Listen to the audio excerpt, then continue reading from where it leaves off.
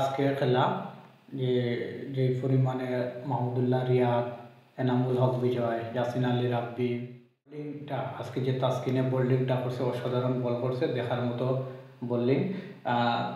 তামিম ইকবাল দীর্ঘদিন যেহেতু বাইরে আছিল, এরপরও দল হওয়ার পরে বিপিএল খেলছে। বিপিএলও আজকে তেমনটা সুবিধা করতে পারছে না, তো ফার্স্ট বলে 7 রান করে আউট হয়েছে। আর মাহমুদুল্লাহ রিয়াদ দেখছেন তো, আজকের যারা খেলা দেখছেন আসলে তারাও কইতে পারবেন যে মাহমুদুল্লাহ কি পরিমাণ আজকে ব্যাটিং করছে, দেখার মতো একটা ব্যাটিং আছে। আর ইয়াসিন আলী রাব্বি দীর্ঘদিন যাবত এখনও দলের বাইরে আছে। দলের বাইরে আজকে একটা জানান দেওয়ার আছে যে জাতীয় দল আশা আছে এখনও, আমার ফুরাই না, এখনও জাতীয় দল খেলার অভিজ্ঞতা আছে। আজকে আমি দেখাই দিলাম বিপিএলে অসাধারণ একটা ইনিংস খেলছেন। 47 বলে 94 রানের একটা ইনিংস যে খেলছেন, সেই কিন্তু তাসকিনর আজকে যে 4 বল করছেন, মাত্র 21 রান দিয়া 3টা উইকেট নিছে।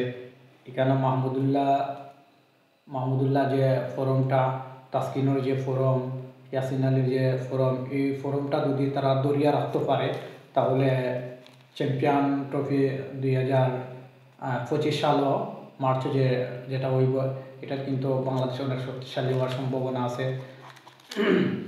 তাসকিনে 4 বল করিয়া 21 রান দিয়া নিছে 3টা উইকেট। জিশান আলমে 1 বল করিয়া নিছে 1টা উইকেট, 6 রান দিছে, 1টা উইকেট।